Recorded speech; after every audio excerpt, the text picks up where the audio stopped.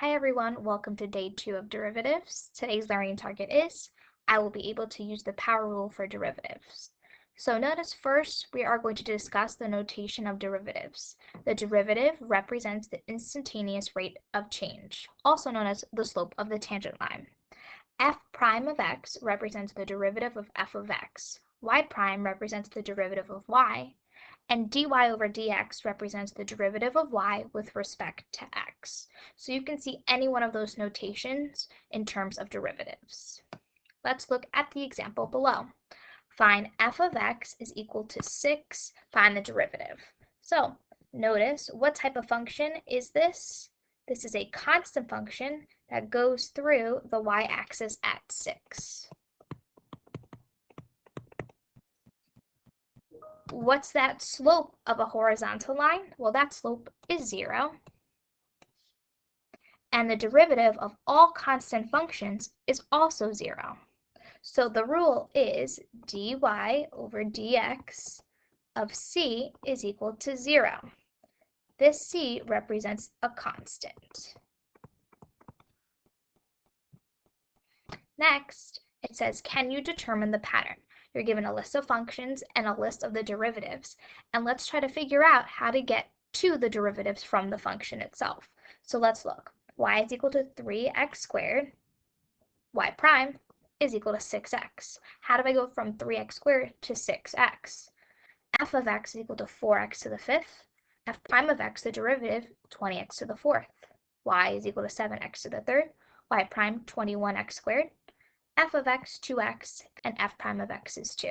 So take a moment right now, pause the video, and determine how we're going to get the derivatives. Let's see. So let's multiply 2 times 3, and that's going to give me 6, which is my coefficient. Then notice that the exponent is 1. Let's take the 2 and subtract 1, and I'm going to get 1. Let's do that for the next one. 5 times 4, so the exponent times the coefficient gives you 20, the new coefficient, and then subtract 1 from your exponent. Next, 3 times 7 is 21. 3 minus 1 is 2. Subtract the exponent by 1. Technically, there's a 1 here, so 1 times 2 is 2. And then 1 minus 1 is 0. So f prime of x is equal to 2. So notice we just derived our power rule. If y is equal to x to the n, where n is a real number, then y prime is equal to n times x to the n minus 1 power. So again, just multiply the exponent by whatever's in front and then subtract 1 from your exponent. Let's look at the next page for example 1. F of x is equal to 6x to the 3rd minus 4x squared plus 2x minus 9. Find f prime of x, the derivative. So let's apply the power rule. 3 times 6, x to the 3 minus 1, minus 2 times 4,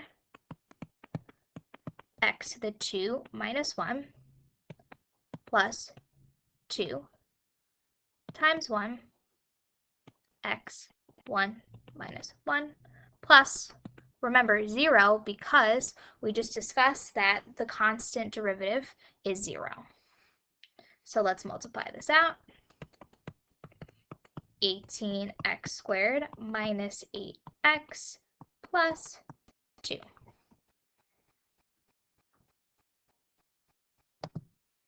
And that's our final answer to find the derivative. Now, example 2 looks a little bit different. Find dy over dx if y is equal to 2x plus 3 squared. The first thing we're going to have to do is expand. So I end up getting 4x squared plus 12x plus 9 once I multiply 2x plus 3 times 2x plus 3. Then I'm going to apply the power rule. So 2 times 4, x to the 2 minus 1, plus 12 times 1 to the times x to the 1 minus 1, plus 0, because remember again, there's a constant it's 0. And obviously you're going to get a lot faster with these as you apply it. So that means my derivative is 8x plus 12.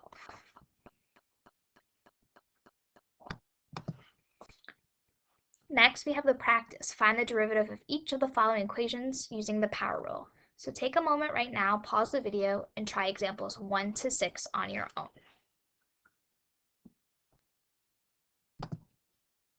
Here are the answers. So number 1, y is equal to x to the 8. Bring the 8 in front, subtract 1 from your exponent, and y prime is equal to 8x to the 7th. Number 2, multiply 3 times 2 to give you 6. 3 minus 1 gives you 2. 9 times 2 is 18. 2 minus 1 is 1, which we don't have to put.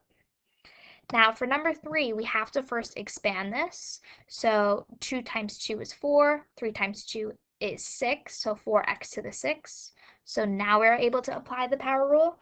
4 times 6 is 24. 6 minus 1 is 5.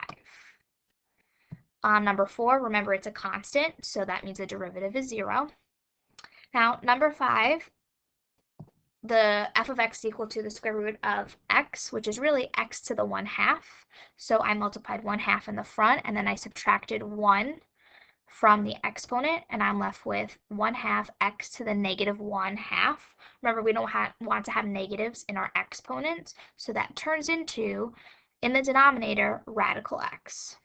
So I have f prime of x is equal to 1 over 2 times radical x.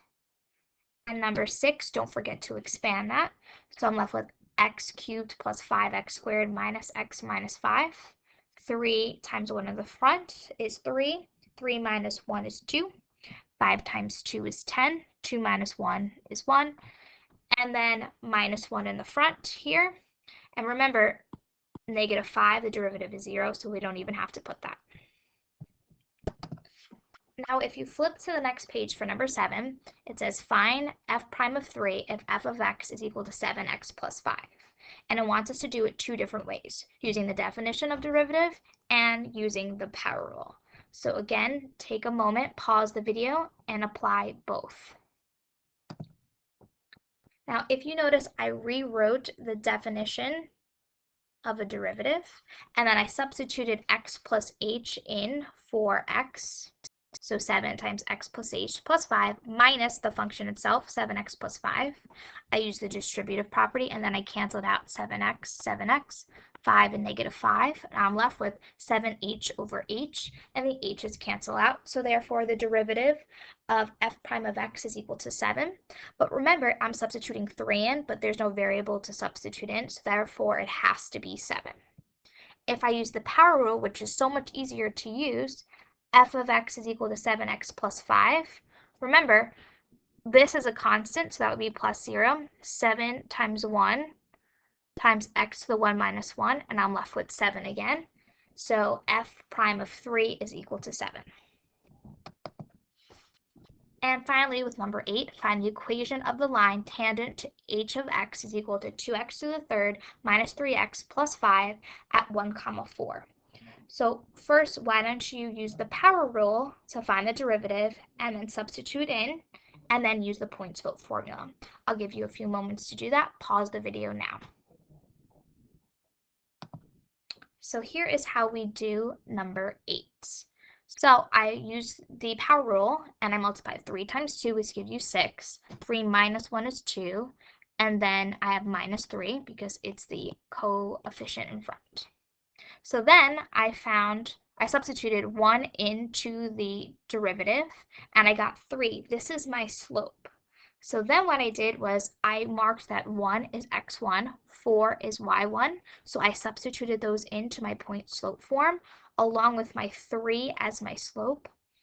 I distributed, and then I added the 4 over, and I'm left with y is equal to 3x plus 1. This is the equation of the tangent line. So just to recap, what I did here was I found the derivative using the power rule. Then I substituted 1 into the derivative to find the slope. Then I used the point 1, 4 in for my y1 and my x1, and I was able to find the tangent line. Thank you. If you have any questions, please feel free to message me. Have a great day.